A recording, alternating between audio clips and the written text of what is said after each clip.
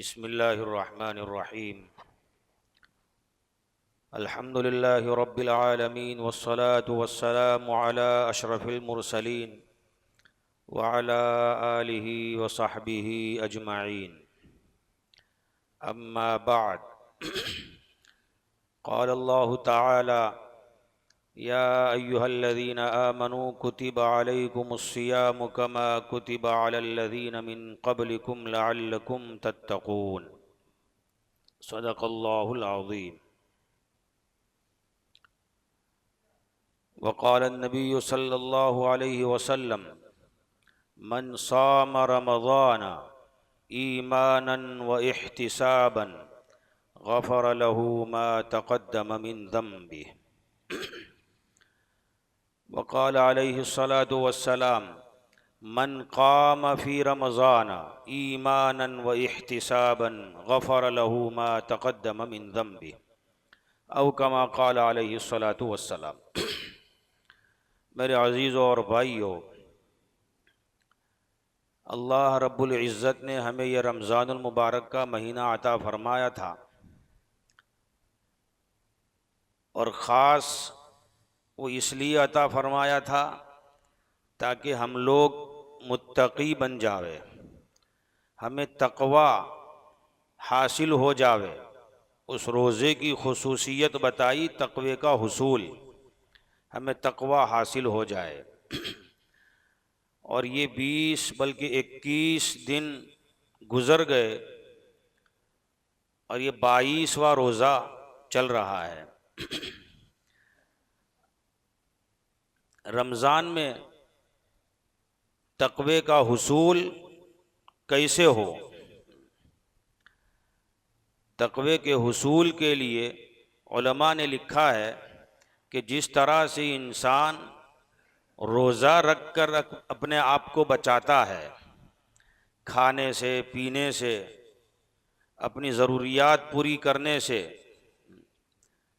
कैसे बचाता है, सुबह सादिक से लेकर गुरूब आफ्ताब तक पूरा एहतियात करता है कि कहीं एक घूंट वुज़ू करते हुए या नहाते हुए अपने हलक से नीचे न उतर जावे।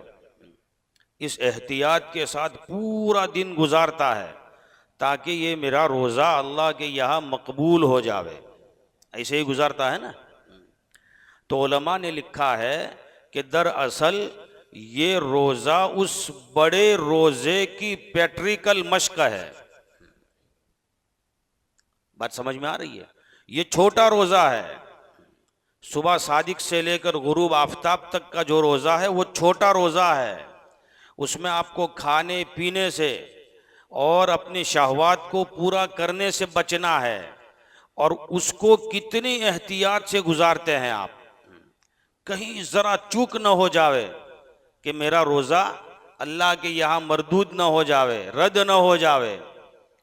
तो ऐसे ही उलमा ने लिखा है कि पूरी ज़िंदगी इंसान की इस तरह से गुजरे कि पूरी ज़िंदगी में से मेरे ईमान की हिफाजत कैसे हो।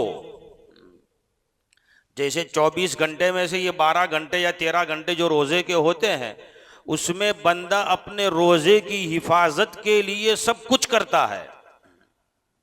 खाना पीना छोड़ता है, बीवी के पास जाना छोड़ता है, अपने कारोबार पर जाना आधा कर देता है, आधा काम कम कर देता है ताकि रोज़ा अच्छे तरीके से अदा हो।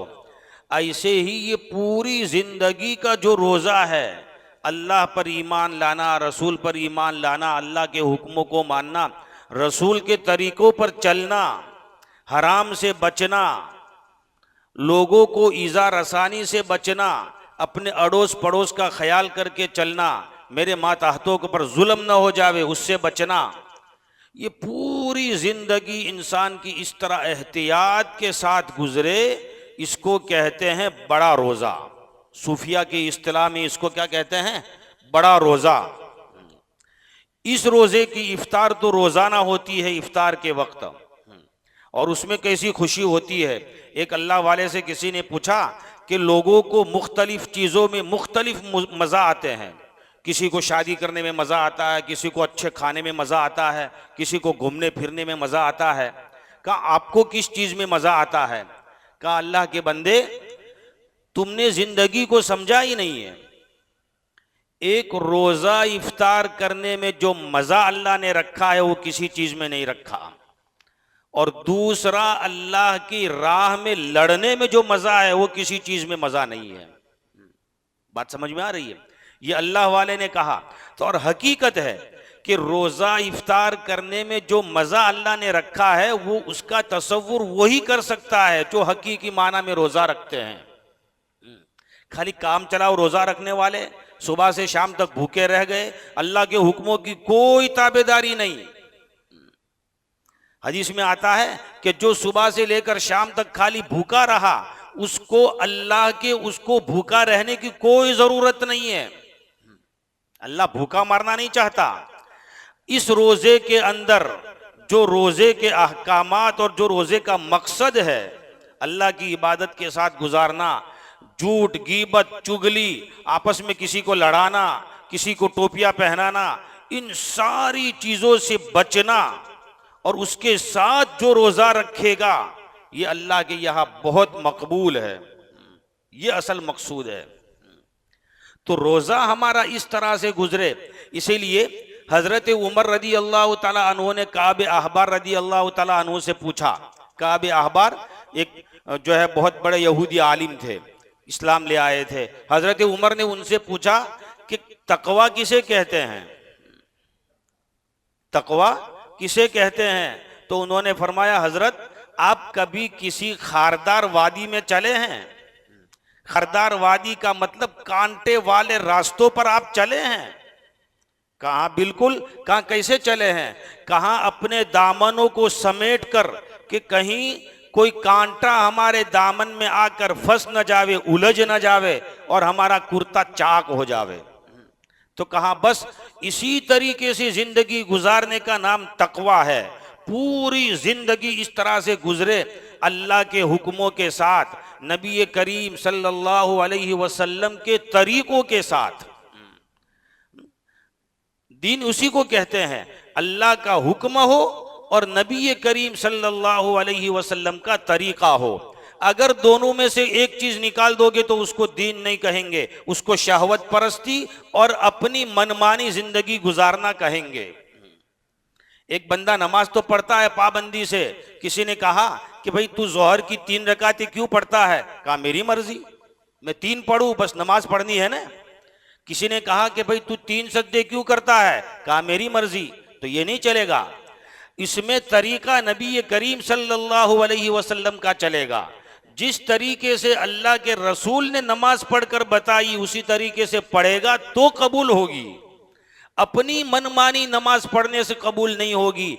ऐसे ही अपने मनमानी रोजा रखने से ये रोजा कबूल नहीं होता है।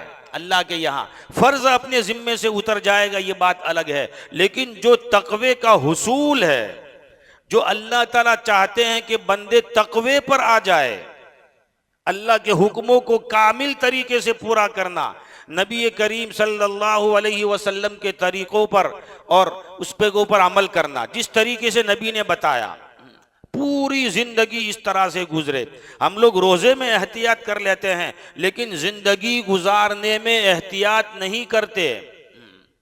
डॉक्टर आइज अल करनी जो बहुत बड़े आलिम हैं, दामत बरकातुहुम, वो लिखते हैं कि रोजे में जिस तरह से तुम अपने हलक में पानी उतरने से बचते हो, इसी तरीके से पूरी जिंदगी हराम का लुकमा अपने हलक में उतरने से बचो। ताकीदन लिखते हैं वो, पूरी जिंदगी हराम का लुकमा अपने पेट में नहीं जाना चाहिए। और हराम का लुकमा खाली ये नहीं है कि तुम सरी झूठ बोलकर कारोबार करो, किसी को धोखा दे दिया ये कारोबार करके और किसी तरीके से बस मुनाफा कमा लिया। खाली ये नहीं है, किसी को तकलीफ पहुंचाकर, पैंतरे करके, हीले हवाले करके तुमने कमा लिया और रोजी तुमने अपने पेट भर लिए, इसको भी उलमा ने हराम में शुमार लिखा है कि ये हराम काम है तुम्हारे। पड़ोसियों को तकलीफ पहुंचा देना,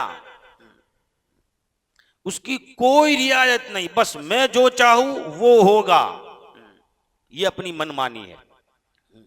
अपने भाइयों का, अपने माताहतों का ख्याल न करना और जिंदगी अपनी मर्जी के मुताबिक, हर एक ये चाहता है कि मैं जो चाहूं वही होवे, हर एक ये चाहता है ना? नहीं, हर एक के अपने अपने उसूल है। अल्लाह ने हर एक के अपने अपने उसूल बता दिए हैं जिंदगी गुजारने के। घर में कैसे रहना है, बाहर और लोगों के साथ कैसे सुलूक करना है, तुम दुकान पर बैठे हो तो ग्राहक के साथ कैसे रहना है, सब तरीके बता दिए हैं। तो रोजे का मकसद तकवे का हुसूल है, खालिस जिंदगी गुजार देना। तो उलमा ने लिखा है कि अब रमजान में हमें कैसी जिंदगी गुजारना। एक तो ये कि आदमी ये चाहे कि भाई मैं एकदम से ऊपर पहुंच जाऊं, बहुत बड़ा अल्लाह वाला बन जाऊं, ये हो सकता है?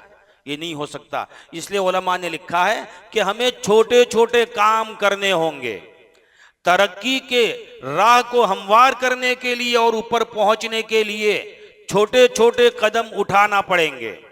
बड़े कदम एकदम से कुरान खोल के बैठ गया और बोले आज तो मैं पूरा कुरान पढ़ के उठूंगा, ये नामुमकिन है। थोड़ा सा पढ़ के उठ के भग लेगा।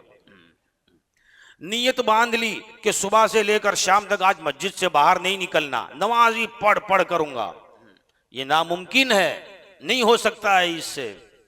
हाँ, लोगों को खिलाने में लग गया, बोले खिला खिला करूंगा, उसमें बहुत बड़े फायदे हैं, मौलाना ने बताया था और हदीस में भी ये आता है। तो बोले थक जाएगा वो कुछ नहीं कर सकेगा वो। इसलिए उलमा ने लिखा है छोटे छोटे कदम उठाना। अब उस छोटे छोटे कदम में सबसे पहली चीज जो लिखी है उलमा ने, फराइज की पाबंदी। अगर कोई बंदा जिंदगी भर नवाफिल की पाबंदी नहीं कर सका, उस पर कोई पकड़ नहीं है। पकड़ फराइज पर होगी। पूछ होगी कि फजर की नमाज क्यों नहीं पढ़ी थी, यह सवाल होगा। यह सवाल नहीं होगा कि तुमने इशराक क्यों नहीं पढ़ी। अगर पढ़ी है तो उसका अजर मिलेगा। बात समझ में आ रही है? फर्ज अगर छोड़ दी तो उस पर बाज पुर्स होगी, पकड़ होगी। रमजान का रोजा नहीं रखा, उस पर पकड़ होगी। मुहर्रम का रोजा रखा तो उस पर अजर मिलेगा, नहीं रखा तो कोई बाज पुर्स नहीं होगी। ये उलमा ने लिखा है। इसलिए सबसे पहला कदम जो है अपनी तरक्की के लिए और अल्लाह से नजदीक करने के लिए, ये फराइज की पाबंदी है। बात समझ में आ रही है? हाँ, फराइज की पाबंदी। तो अब रमजान में कैसे करें? तो रमजान में सबसे पहले ये नियत करें कि इंशाअल्लाह आज से हमारी नमाज नहीं छूटेगी, ये पहला जीना है। अच्छा, अब जो छूट गई वो, तो उलमा ने लिखा है कि नवाफिल के बजाय उस नमाज को कज़ा करना शुरू कर दे। आपके पास 4 रकात नफल पढ़ने का वक्त है, उससे ज्यादा वक्त नहीं है। आप दुकान पर बैठे थे, 10 मिनट निकाल कर आ गए मस्जिद में कि चलो कुछ नवाफिल पढ़ लेवे, रमजान में नवाफिल का बहुत सवाब है, यूं करके आ गए। तो उलमा ने लिखा है कि ये 4 नवाफिल मत पढ़, इस नवाफिल के बजाय जो तेरी नमाज कज़ा हो गई है उसको पूरा कर। असल ये है कि अल्लाह ताला बंदे को फरमा बरदार देखना चाहते हैं, मुतीअ देखना चाहते हैं कि उसमें इताअत का मादा कितना है, उस पर सारा सवाब और अजर मुतय्यन है। अल्लाह ताला कोई जबरदस्ती थोपना नहीं चाहता, परेशान करना नहीं चाहता किसी को। इसीलिए नमाज तो फर्ज है, लेकिन यह फर्ज नहीं है कि तुम खड़े होकर ही पढ़ो। कोई बंदा माजूर है, मजबूर है, खड़ा नहीं हो सकता, तो अल्लाह की तरफ से यह हुक्म नहीं है कि 2-4 बंदों से कह दिया जावे कि तुम पकड़ के रखो इसको। ये खड़ा कैसे नहीं हो सकता है, इसको पकड़ के रखो, ये पढ़ेगा नमाज, कैसे नहीं पढ़ सकता है। यह इसी जबरदस्ती अल्लाह के यहां नहीं है। अल्लाह फरमा बरदारी देखना चाहता है, इसमें फरमा बरदारी का मादा कितना है। अल्लाह में खड़ा होकर नहीं पढ़ सकता, चल कोई बात नहीं, बैठ जा, बैठ कर पढ़ ले, कोई हरज नहीं है। बात समझ में आ रही है? अल्लाह में बैठकर भी नहीं पढ़ सकता तो कहा सो जा, लेटे लेटे पढ़ ले, जैसे चाहे इस तरह से पढ़ ले, पाँव फैलाकर समेट कर, जिस तरह तू चाहे पढ़ ले। ये अल्लाह के यहाँ ये असल है। अल्लाह परेशान करना नहीं चाहता। रमजान का रोजा रखवा कर भी हमें परेशान करना मकसूद नहीं है। उलमा ने लिखा है कि रमजान का रोजा रखवा कर अल्लाह ताला हमें माफ करना चाहता है। रोजे इसलिए रखवाए ताकि माफ कर देवे अल्लाह ताला। और ये रमजान का महीना ये बोस्टर लगाने का है। बोस्टर समझते हो? खारजी ताकतों को बोस्टर कहते हैं। आदमी कोई तरक्की करना चाहता हो, बड़ा उसको बनना है, बड़ा उसको बिजनेसमैन बनना है, तो उसके लिए उसको बहुत सारी चीजें करनी पड़ती है। उसकी अंदर की ताकत, जब अंदर की ताकत कम पड़ जाती है तो खारिज में से दूसरे लोगों से उसको मदद लेनी पड़ती है। जितने भी जो उस बिजनेसमैन होते हैं उनसे उसकी मदद लेनी पड़ती है कि भाई हमें बताओ किस तरह से ये काम किया जाता है। और फिर उसमें कुछ मुखालिफ लोग भी आ जाते हैं जो उसको तरक्की की राह में आड़े बन जाते हैं, रुकावट बन जाते हैं। तो उस रुकावटों को खत्म करने के लिए बोस्टर लगाने पड़ते हैं कि भाई कोई कुछ भी कहे, हमें क्या मतलब इससे, हमें तो तरक्की मकसूद है, हमें अल्लाह तक पहुंचना है। या हमारा मकसूद, हमने जो सोच रखा है, मुझे इंजीनियर बनना है, वकील बनना है, या बहुत बड़ा बिजनेसमैन बनना है, मुझे फुलाने का मुकाबला करना है। तो ये मुकाबला करने के लिए आदमी किसी की परवाह नहीं करता। तो जो वो परवाह किए बगैर चलता रहता है तरक्की की राह, वो बोस्टर होते हैं। ये रॉकेट जो होता है ना, रॉकेट, उसको जमीनी सतह को छोड़ने के लिए उसको छोड़ते हैं कामकाज के लिए। जमीनी सतह छोड़कर बहुत ऊपर चला जाता है वो। तो जमीनी सतह को छोड़ने के लिए 1 सेकंड में 22 किलोमीटर तय करना इसको जरूरी होता है। 1 सेकंड में इसकी रफ्तार हवा से कई गुना ज्यादा हो जाती है। तो जब ऊपर चला जाता है, तो जब ऊपर से जमीन में जो कशिश होती है वो वापस खींचती है इसको, तो बोस्टर की ताकतों से वो जमीन की सतह को ऊपर छोड़कर चला जाता है। तो ऐसे ही रमजान के अंदर हमारी जो खारजी ताकतें हैं, शैतान हमारे पीछे लगा हुआ था, नफ्स परस्ती और हमारे दोस्तों का ऐसा टोला जो हमको गुमराह करने के लिए बैठा हुआ है। उलमा ने लिखा है कि एक बुरा दोस्त शैतान से भी घना और बुरा काम कर जाता है। बात समझ में आ रही है?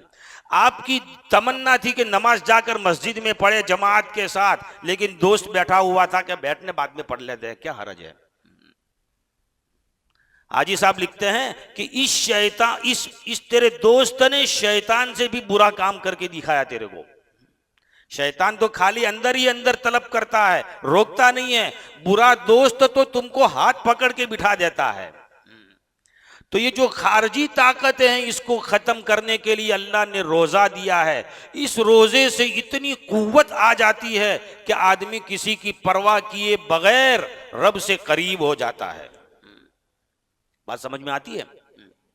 इसलिए रोजे की ताकीद आई है कि रोजा किसी हाल में न छोड़ा जावे, उससे नफ्स मरता है, लोगों के हुकूक का ख्याल होता है, अपनी भूख देखकर लोगों के और गरीबों की भूख का एहसास होता है। ये तालीम देना और ये दर्स देना मकसूद है, कोई परेशान करना मकसूद नहीं है। इसीलिए देखो, सहरी करना लेट और ताखिर करके मुस्तहब लिखा है उलमा ने, और ये नबी करीम सल्लल्लाहु अलैहि वसल्लम की सुन्नत है। ताखिर करके खाओ सहरी। ताखिर का मतलब ये नहीं कि अजान के बाद, यानी इतनी ताखिर करो कि तुम सहरी भी पूरी करो और सहरी का वक्त भी खत्म हो जावे, बस बिल्कुल करीब में। ये मुस्तहब है ताकि रोजा इतना तुमको सहूलत से गुजर जावे। और इफ्तारी में लिखा कि इफ्तारी में ताजील यानी जल्दी करना मुस्तहब है, सुन्नत लिखा है कि जैसे ही गुरूब आफ्ताब हो जावे और तुमको इत्मीनान हो जावे कि अब जो है गुरूब आफ्ताब हो गया है, तो अब से इफ्तारी करना शुरू कर दो।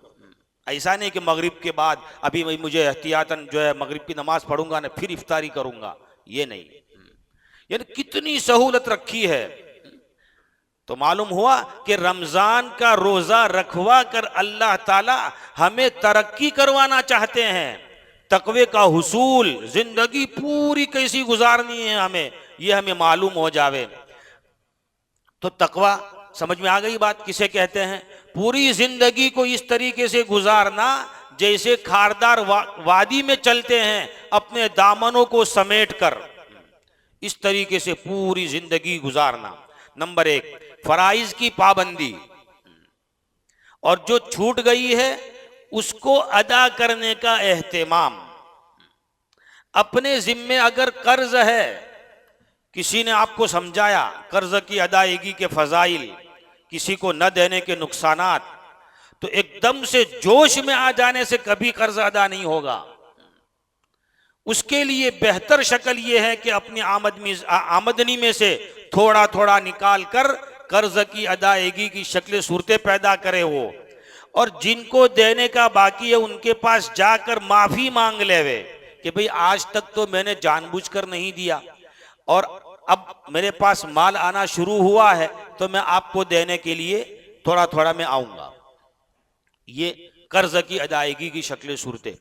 और हराम काम से इज्तिनाब। अब हराम काम चाहे वो रोजी के एतबार से हो, जिंदगी गुजारने के एतबार से हो, दूसरों को तकलीफ पहुंचाने और न पहुंचाने के एतबार से हो, या अपनी जात और वज़ाकता के एतबार से हो, जिस तरह से भी हो उससे बचने का मुकम्मल तहैया और इरादा कर लेना, ये असल मकसूद है। 30 दिन रोजे रखे उसने, लेकिन अभी तक उसका ये जहन नहीं बना कि मुझे अपनी जात के एतबार से कैसे रहना है। बहुत डिंगे मार ली कि नबी करीम सल्लल्लाहु अलैहि वसल्लम रमजान में ये करते थे वो करते थे, लेकिन तूने रमजान का रोजा रखकर क्या किया? अभी तक तू ये तहैया नहीं कर सका कि मेरी वज़ाकता इस्लामी होनी चाहिए और मैं इस्लामी वज़ाकता में नहीं हूं। अभी तक ये हमारा फैसला नहीं हुआ। 22 दिन गुजर गए। जिस किसी से भी कहो भाई चेहरे पर क्या बात है ये, तो अभी रमजान का महीना है इसलिए। भाई खाली रमजान के महीने के लिए नहीं है ये चीज। अपने कपड़ों का जायजा, अपने लिबास और वज़ाकता का जायजा। उलमा ने लिखा है कि सुधरने के लिए सबसे पहली शर्त जाहिरी हुलिया सुधारना, अच्छा करना। भाई ऊपर से जाहिर अच्छा नहीं है तो अंदर कैसे अच्छा होगा? एक आदमी नमाज पढ़ रहा था, इधर उधर फाफे भी मार रहा है, नमाज खड़े खड़े पढ़ रहा है, और इधर भी देख रहा है इधर भी देख रहा है। हाजी साहब से किसी ने कहा कि देखो ये बंदा नमाज तो पढ़ रहा है लेकिन उसका ध्यान नहीं है। कहा उसकी नमाज उसको ध्यान पर ले आएगी, उसकी नमाज उसको ध्यान पर ले आएगी। कहा हजरत ऐसी जिंदगी से और ऐसी नमाज से क्या फायदा?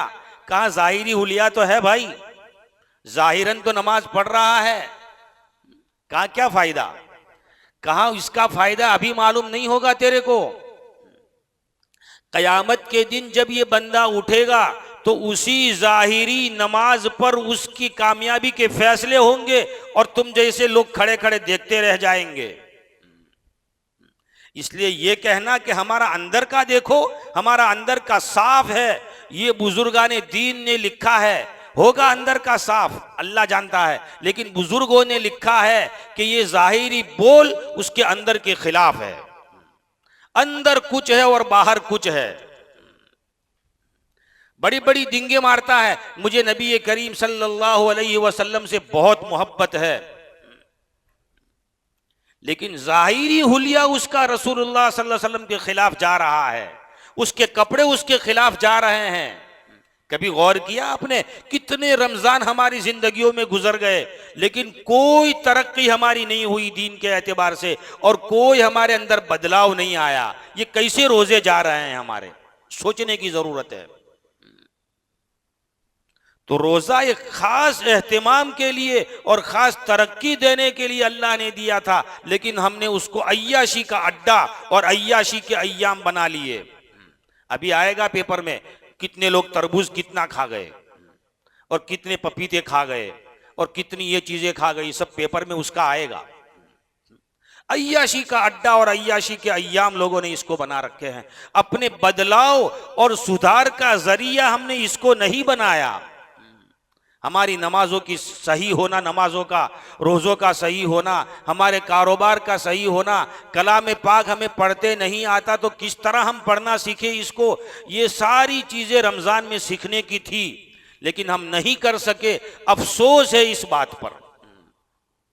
अब ये 8 दिन बच गए हैं, अल्लाह से माफ़ी साफ़ी कर ली जावे। अल्लाह ताला हमारे रोज़ों को कबूल फरमावे, तरावीह को कबूल फरमावे और हमें तरक्की अल्लाह पाक अता फरमाए। व आखिरु दावाना अनिल हम्दुलिल्लाहि रब्बिल आलमीन।